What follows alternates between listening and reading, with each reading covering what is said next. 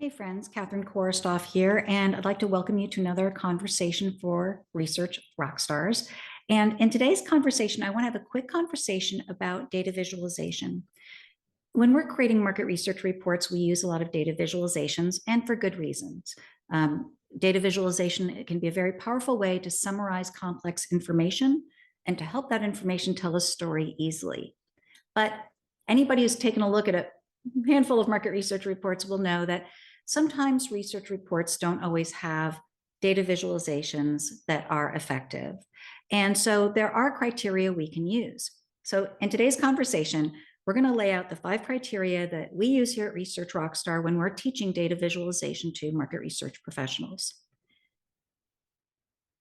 When we're looking at data visualizations in a market research report, there are 5 key things that we can ask ourselves to make sure that our visualizations are going to be successful. So let's take a look at what those 5 things are, and then we'll take a quick example. So first of all, is it likely to be interpreted correctly? The brutal reality is that many times people are reading our reports very quickly. And so yes, they love to see data visualizations, but are they at risk of misinterpreting the data? Is there something about the data visualizations, either the design, the text that's accompanying it, the layout on a slide, that may cause it to be misinterpreted? And again, we have to assume that people are not going to really be studying these visualizations. They have to be able to speak for themselves. So what do we think? You've got a visualization. Have you done everything you can to make sure it will be interpreted correctly? Secondly, will it be perceived as credible? Now, there are different things that can detract from this. One is just frankly the overall look. If it looks like it was a visualization that was designed 20 years ago, unfortunately, people do judge a book by its cover, and it will have sort of this negative halo effect that could impact credibility. Hey, if this person can't design a current looking data visualization and they don't have the judgment about what is a current business ready, client ready visualization, how do I trust that their data is also good, right? They don't have judgment about this, maybe they don't have judgment about that. So we need to make sure that it does look good and it does look credible. And part of that also has to do with the text on the slide. Is there something on the slide in terms of text that's telling us whether or not this is in fact credible data being shown in the visualization? Is it interesting? Nobody wants to go through 50 pages of bar charts that all look pretty darn similar. It's just not interesting. So if we're showing a data visualization and it's important, we need to make sure that it has a little bit of pop to it. And again, that could be the visualization elements itself and how the text around the visualization is supporting the story. Will people find it useful and usable? Remember, very often in market research, we're delivering reports to people who may be repurposing parts of this data in their own presentations and reports.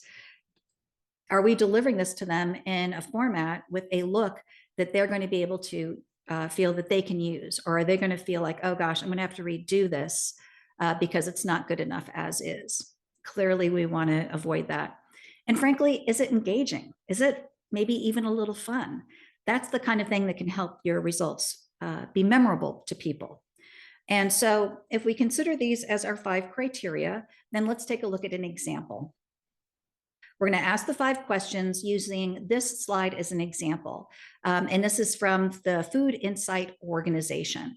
So here we have the slide content. 3 in 10 prefer low to no calorie sweeteners. We have a interesting donut chart, a variation of a pie chart, a donut chart with an arrow pointing. So take a second and think for yourself. Is this easy to follow? Do you think you'd interpret it correctly? Do you think you'd perceive it as credible, interesting, useful, or engaging? Well, let's talk about interpreting correctly.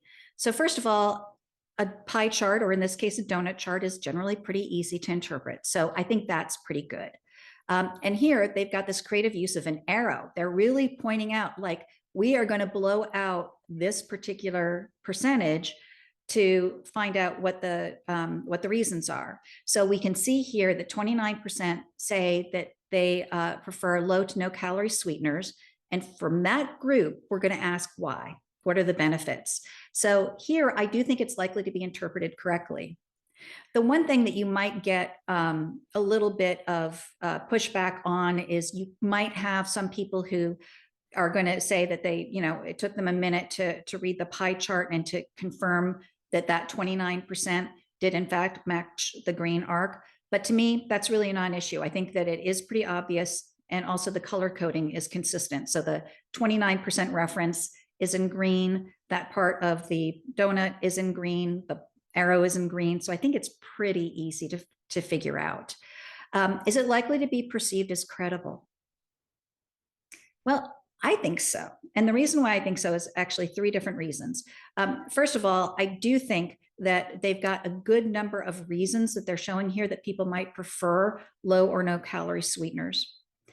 So it's not just like, oh, they only had 2 or 3 things. No, they investigated a bunch of different potential reasons.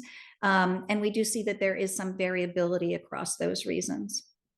So to me, that feels like it's credible. We also get the name of the organization right on the slide. It's a .org. And we also see, also important, sample sizes. So we know something about the sample size for the data. So it's not mystery data. We know that the total sample size was over 1,000 and that this particular subgroup is 301 participants. And so we know that this data over here is based on 301 people, and that would probably make us feel pretty darn good. Is the information interesting?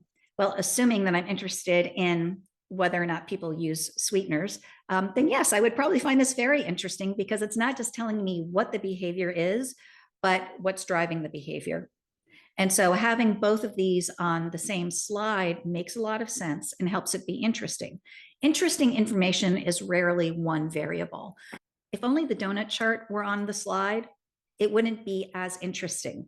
It's the combination of the data in the donut chart and the data in the bar chart that's making it interesting.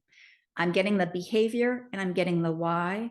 And anytime we can bring in 2 variables or more to help us make a point, that's going to be more interesting information.